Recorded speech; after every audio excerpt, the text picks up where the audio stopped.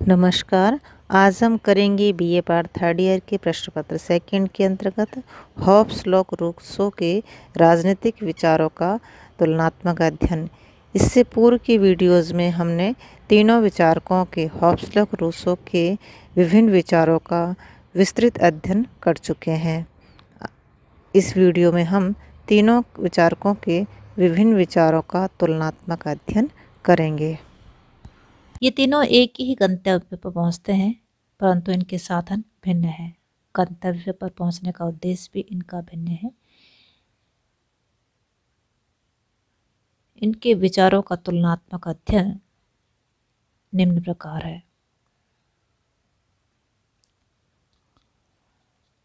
In first number पर आता है इनकी प्रमुख कृतियाँ, जिसमें फर्स्ट हॉब्स की प्रमुख कृतियों में है De Corpore Politico, De Cive Leviathan. Locke की प्रमुख कृति है ऑफ सिविल गवर्नमेंट। रूसो की है असमानता की उत्पत्ति, एमाइल सोशल कॉन्ट्रैक्ट। नेक्स्ट है मानव प्रकृति। मानव प्रकृति में हॉब्स के अनुसार प्राकृतिक अवस्था मनुष्य का स्वभाव हिंसक, लोभी, स्वार्थी, क्रूर, शक्ति में कीर्ति से ओतप्रोत था। लॉक का मानव शांतिप्रिय, सद्भावना और सहयोग, निस्वार्थ की भावना से अनुप्रेरित था। रूसो का मानव स्वभाव अच्छा है, वह पाप, भ्रष्टाचार, दुष्टता से दूर है। उसकी दो मूल प्रवृत्तियां हैं, आत्म प्रेम या प्रतिरक्षण, दूसरा संवेदना। तीसरा अंतर का बिंदु है प्राकृतिक अवस्था। प्राकृतिक अवस्था में हॉब्स के अनुसार की अवस्था में मनुष्य अहमवादी था, भय, शक्ति, कीर्ति से संचालित होता था, उसे उचित अनुचित का कोई ज्ञान नहीं था। मानव जीवन जंगली, क्षणिक, पतित था, एक दूसरे के विरुद्ध युद्ध की स्थिति थी। लॉक्स की प्राकृतिक अवस्था में सद्भावना, आपसी सहयोग और शांति प्रिय की स्थिति थी। युद्ध का वातावरण नहीं था, सब प्राकृतिक नियमों से प्रशासित होते थे। रूसो ने प्राकृतिक अवस्था में लोग संतुष्ट, समान और सब संपूर्णता की स्थिति में थे। मनुष्य परमानंद की जीवन व्यतीत करता था। चौथा बिंदु है प्राकृतिक अधिकार। हॉब्स प्राकृतिक अधिकारों का आधार शक्ति मानता है, जिसकी लाठी उसकी भैंस की कहावत चरितार्थ थी, अतः अधिकारों का स्थायित्व नहीं था। लॉक जीवन, स्वतंत्रता, संपत्ति के जन्मजात अधिकार उपलब्ध थे। रूसो ने मनुष्य को पूर्ण स्वतंत्रता दी और वह समस्त अधिकारों का उपभोक्ता था। पांचवा बिंदु है प्राकृतिक विधि। हॉब्स के अनुसार प्राकृतिक अवस्था में कोई भी नागरिक कानून नहीं था। उसने प्राकृतिक नियम बनाए जिनको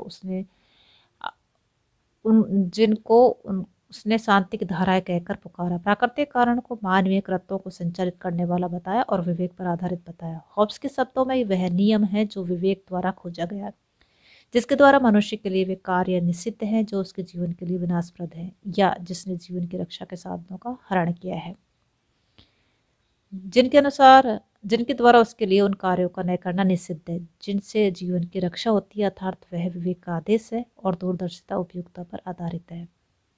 लॉक के अनुसार प्राकृतिक विधि कोई सहज प्रेरणा या आवेग का प्रतिनिधित्व नहीं करती, यह मानवीय आचरण को संचालित करने वाले विवेक पर आधारित नैतिक विधि है। रूसो के अनुसार रूसो प्राकृतिक विधि को सहज भावना मानता था, विवेक से नहीं भावनाओं से अनुप्रेरित सामाजिकता ही प्राकृतिक विधि का आधार थी। प्राकृतिक विधि जो मनुष्य के व्यवहार को नियंत्रित करती थी, उसका कथन था, अपने हित को देखो किंतु दूसरों की कम से कम हानि हो। नेक्स्ट बिंदु है समझौते का कारण, जिसमें हॉब्स कहता है प्राकृतिक अवस्था अराजकता की स्थिति, ऐसी अवस्था मनुष्य का जीवन खतरे में था, अतः जीवन के प्रति मोह के कारण और उसकी रक्षा हेतु मानव को समझौता करना पड़ा। हॉब्स के अनुसार प्राकृतिक अवस्था में मनुष्य को अनेक सुविधाएं थी, परंतु उस अवस्था में कुछ न्यूनताएं भी थी। ये न्यूनताएं थी सुनिश्चित, प्रकट एवं सर्वमान्य व्याख्या का अभाव, निष्पक्ष निर्णय का न होना और निर्णायकों को क्रियान्वित करने वाली शक्ति का अभाव। इन न्यूनताओं की पूर्ति हेतु लॉक का मानव समझौता करता है। रूसो के अनुसार सभ्यता संस्कृति के विकास के साथ ही मनुष्य को संपत्ति का विचार आया, तेरे मेरे की भावना का विकास हुआ, संपत्ति के लिए संघर्ष आरंभ हो गया, प्राकृतिक दशा की सरलता, समानता, प्रसन्नता अदृश्य हो गई, स्थिति होप्स जैसी बन गई। इस प्रकार ऐसी स्थिति से छुटकारा पाने के लिए मनुष्य ने समझौता किया। नेक्स्ट है सामाजिक समझौता, जिसे होप्स कहते हैं। होप्स के समझौते में समझौता, मैं इस व्यक्ति को या व्यक्ति समूह को इस शर्त पर अपना अधिकार देता हूँ तथा स्वयं अपने पर को इस शर्त पर अपना अधिकार देता हूँ तथा स्वयं अपने पर शासन करने के अधिकार का परित्याग करता हूँ कि तुम भी अपने अधिकार उस व्यक्ति या व्यक्ति समूह को समर्पित करोगे, स्वशासन का अधिकार छोड़ दोगे। इस प्रकार मनुष्य अपनी सुरक्षा और आत्म रक्षा के अधिकार के अलावा अन्य अधिकारों का पूर्ण परित्याग कर देता है और एक सामान्य प्रभु के अधीन हो जाता है। लॉक के अनुसार प्राकृतिक अवस्था की पूर्व कथित न्यूनताओं को दूर करने के लिए एक समझौता करता है। इसमें प्रत्येक व्यक्ति संपूर्ण समाज को अपने केवल वे प्राकृतिक अधिकार प्रदान करता है जिनके प्रयोग से प्राकृतिक अवस्था में कुछ अव्यवस्था उत्पन्न होकर शांति असुरक्षित हो जाती थी। अर्थात मनुष्य आपस में कुछ अधिकार त्याग कर नियमों की व्याख्या, क्रियान्वित और उचित निर्णय हेतु एक सामान्य संस्था का निर्माण करते हैं। यहाँ समस्त अधिकारों का त्याग नहीं है। रूसो के अनुसार होप्स की तरह रूसो भी समस्त अधिकारों का त्याग करवाकर संगठन बनाने के इच्छुक व्यक्तियों से निम्न शब्दोच्चारण करवाता है कि हम में से प्रत्येक व्यक्ति अपने शरीर को और संपूर्ण शक्ति को अन्य सबके साथ संयुक्त सामान्य इच्छा के सर्वोच्च संचालन में रखता है और हम अपने सामूहिक रूप से प्रत्येक व्यक्ति को समावष्टि के अविभाज्य अंश के रूप में ग्रहण करते हैं। अर्थात ये समझौता व्यक्ति की व्यक्तिगत हैसियत और सामूहिक हैसियत के मध्य होता है। नेक्स्ट है बिंदु समझौते का स्वरूप। होब्स के अनुसार समझौता समाज और राज्य दोनों को एक साथ जन्म देता है। इसके पूर्व न समाज था न राज्य। समझौता एक तरफा है, इसमें संप्रभु सम्मिलित नहीं है, वह उस पर प्रतिबंध भी नहीं है। यह शासनात्मक संविदा है। लॉक के अनुसार यद्यपि लॉक ने कहीं भी इस बात को स्पष्ट नहीं किया, फिर भी स्पष्ट होता है कि उसके समझौते का स्वरूप दोहरा है। इससे दो प्रकार के समझौते होते हैं। फर्स्ट, समाज की स्थापना जो मनुष्य के आपस में मिलने से होती है। दूसरा, राज्य संस्था की उत्पत्ति जिसमें समाज एक साथ एक व्यक्ति या समूह को मिलकर राज्य संस्था की स्थापना करते हैं। रूसो, इसमें व्यक्ति अपने विभिन्न व्यक्तित्वों का पूर्ण समाज में समाविष्ट कर देते हैं और एक नैतिक और सामूहिक संस्था को जन्म देते हैं। यह संस्था अपने सदस्यों के पृथक पृथक व्यक्तित्व से अलग अपने विशिष्ट एकता, इच्छा और जीवन बनाए रखती है। यह समझौता समुदाय या राज्य का जन्मदाता है, परंतु सरकार का नहीं। इसके फलस्वरूप मनुष्य सर्वोच्च प्रभु सत्ता और राज्य का सदस्य बनकर उसके प्रति कर्तव्य से बन जाता है। नेक्स्ट बिंदु है समझौते की विशेषताएं। होब्स की समझौते की विशेषता है राजसत्ता समझौते की शर्तों से दूर है। राजसत्ता पूर्ण सर्वोच्च शक्तिमान है।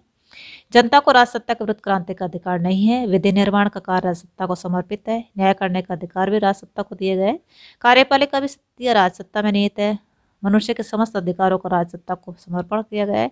एक निरंकुश अविभाज्य राजसत्ता का जन्म होता है। लॉक के अनुसार एक बार समझौता होने पर यह रद्द नहीं हो सकता। सहमति पर आधारित है। राजसत्ता का स्रोत नागरिक समाज और राजनीतिक समाज की स्थिति है। नागरिक अपने मूल अधिकारों, संपत्ति, जीवन और सुरक्षा को बनाए रखता है। रूसो के अनुसार समझौते से हुई एकता पूर्ण है। वह सामूहिक एकता राज्य, प्रभु, शक्ति, जनता, नागरिक एवं प्रजा है। समझौता व्यक्ति के स्थान पर समष्टि और उसकी इच्छा के स्थान पर सामान्य इच्छा को जन्म देता है। समझौते की प्रक्रिया एक बार आरंभ होने पर चलती रहती है। समझौता नैतिक प्राणी को जन्म देता है। नेक्स्ट बिंदु है समझौते के परिणाम। होब्स के अनुसार समझौते के परिणाम स्वरूप लेवियाथन का जन्म होता है जो निरंकुश सत्ताधारी है। लॉक के अनुसार यह सीमित अधिकार है और सीमित प्रजातंत्र को जन्म देता है। रूसो के अनुसार यह सामान्य इच्छा के रूप में पूर्ण प्रजातंत्र को जन्म प्रदान करता है। नेक्स्ट बिंदु है प्रभुसत्ता। होब्स के अनुसार होब्स की प्रभुसत्ता अमर्यादित, अविभाज्य, निरंकुश कानून के ऊपर, कानून, न्याय, संपत्ति का स्रोत, चर्च और राज के ऊपर और इसके विरुद्ध क्रांति करने का कोई अधिकार नहीं है। लॉक के अनुसार लॉक कुछ निश्चित कार्यों के लिए सरकार बनाता है, अतः वह प्रभुत्व संपन्न राज्य की कल्पना ही नहीं करता। लॉक की सरकार पर मनुष्य के मूल अधिकारों, जीवन, स्वतंत्रता, संपत्ति की परिसीमाएं हैं। रूसो के अनुसार प्रभुसत्ता जनता की सामान्य इच्छाओं में निहित होती है। इसकी कुछ विशेषताएं हैं: एकता, अविभाज्यता, स्थायित्वता, अद्वैतता, निरंकुश, अपतनशीलता। नेक्स्ट बिंदु है स्वतंत्रता। स्वतंत्रता के संबंध में रूसो के अनुसार व्यक्ति की प्राकृतिक स्वतंत्रता को हॉब्स उच्छलता समझता है। वे व्यक्ति की केवल एक स्वतंत्रता स्वीकारता है, ऐसे सब काम करने की स्वतंत्रता जिनको राज्य के कानूनों द्वारा न रोका गए हो। अतः नागरिक स्वतंत्रता राज्य द्वारा प्रदान की जाती है और राज्य की इच्छा पर निर्भर करती है। इसको राजसत्ता के विरुद्ध प्रयोग में नहीं लाया जा सकता। लॉक के अनुसार व्यक्ति को उसके 3 मूल अधिकार हैं: जीवन, स्वतंत्रता और संपत्ति को प्राप्ति की पूर्ण स्वतंत्रता प्रदान करता है। राज्य इनको उनसे छीन नहीं सकता। यदि राज्य ऐसा करता तो इनको इसके विरुद्ध में प्रयोग किया जा सकता है। रूसो के अनुसार स्वतंत्रता का अर्थ उच्छलता नहीं है। सामान्य हित की दृष्टि से बनाए गए सामान्य नियमों का पालन करते हुए प्रत्येक व्यक्ति स्वतंत्र है। नागरिक समाज में व्यक्ति स्वतंत्रता संप्रभु राज्य की देन है। व्यक्ति की स्वतंत्रता और राज्य की निरंकुशता के मध्य समन्वय आवश्यक है। इसको राज्य के विरुद्ध प्रयोग में नहीं लाया जा सकता। नेक्स्ट बिंदु है व्यक्ति और राज्य। हॉब्स के अनुसार हॉब्स व्यक्ति के समस्त अधिकार राज्य को समर्पित कर देता है। व्यक्ति को प्रभु की आज्ञा का पालन करना चाहिए और करों की अदायगी करनी चाहिए। उसको भाषण देने, समुदाय बनाने, अपने विचार व्यक्त करने आदि की स्वतंत्रता भी राज्य पर निर्भर है। लेकिन हॉब्स पहला दार्शनिक था जिसने व्यक्ति के जीवित रहने के अधिकार को सर्वोपरि माना।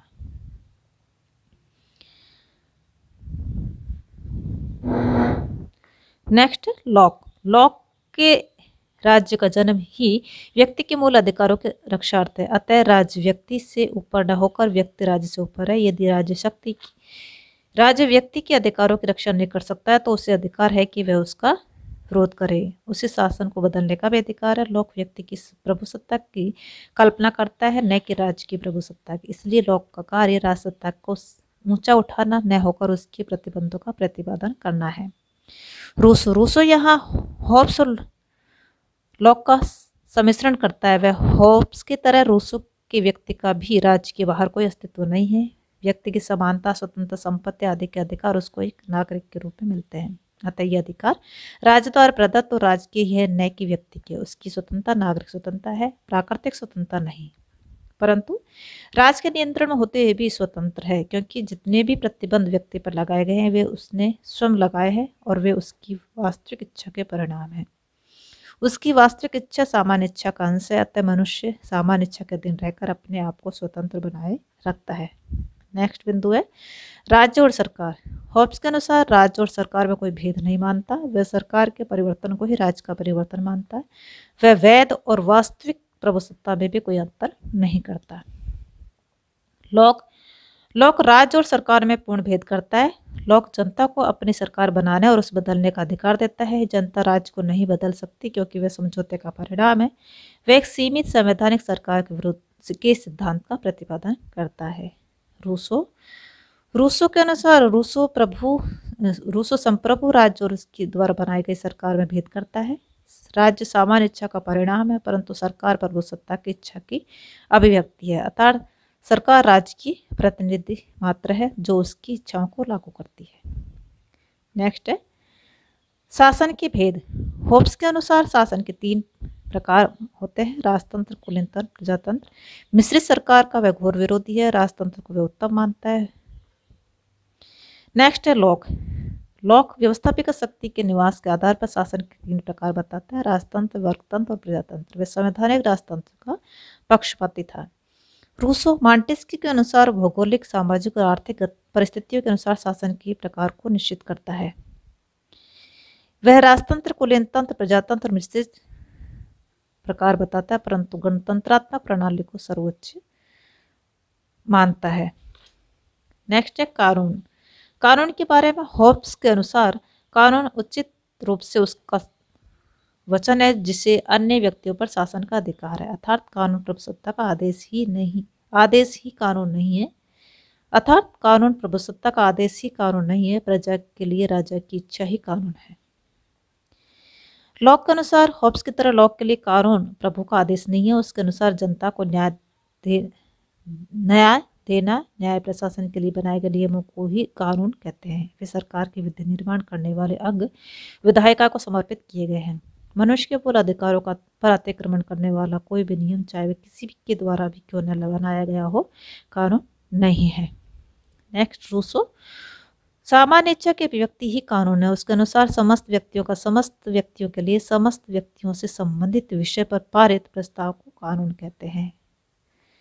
रूसो कानून को राज्य में सर्वोपरि स्थान प्रदान करता है। रूसो संप्रभु को ही राज्य के अधीन रखता है। रूसो संप्रभु को भी राज्य के अधीन रखता है। नेक्स्ट बिंदु है राज्य और धर्म। इसके बारे में होब्स के अनुसार वह राज्य से अलग चर्च की कोई भी सत्ता स्वीकार नहीं करता। उसने स्पष्ट घोषित किया है कि राज्य की आज्ञा के बिना बनाया गया कोई भी धार्मिक संगठन अवैध है। राज्य में सबसे ऊंची आध्यात्मिक शक्ति प्रभु है, अतः विश्व उसी की कृपा से आध्यात्मिक सत्ता ग्रहण करता है। रूस के अनुसार लॉक के अनुसार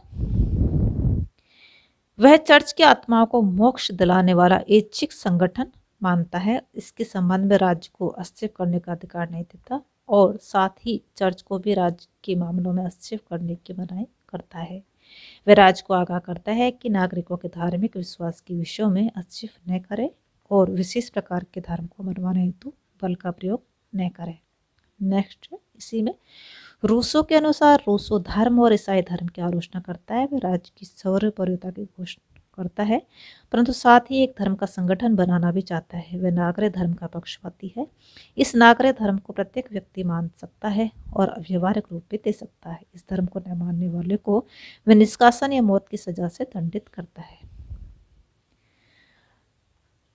तीनों हॉब्स लॉक रूसो के तुलनात्मक अध्ययन से स्पष्ट होता है कि हॉब्स और लॉक दोनों अपने विचारों में समानता कम और विपरीत दिशाओं में अधिक चलते दिखाई देते हैं। एक निरंकुश राजतंत्र का जन्मदाता बनता है तो दूसरा जन प्रभुसत्ता की ओर अग्रसर होता है। एक व्यक्ति को राज्य रूपी मशीन का पुर्जा बनाता है तो दूसरा राज्य को व्यक्ति की सहमति का प्रतिफल मानता है। एक नागरिक स्वतंत्रता को राज्य की देन मानता है तो दूसरा मानव के मूल अधिकारों को राज्य के क्षेत्राधिकार से दूर करता है। परंतु रूसो पर दृष्टि डालें तो ऐसा लगता है कि वह लॉक भी है और हॉब्स भी है। वह निरंकुश तंत्र का भी पोषक है और प्रजातंत्र का भी जन्मदाता है। वह स्वतंत्रता को राज्य की देन भी मानता है और व्यक्ति को पूर्ण स्वतंत्रता का हामी भी।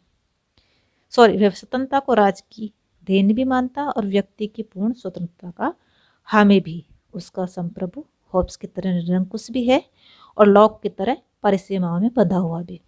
अतः रूसो का दर्शन हॉब्स और लॉक के दर्शनों का सम्मिश्रण है।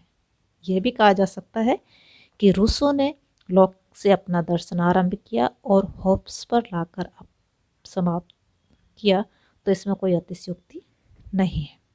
थैंक्स, आज के लिए इतना ही।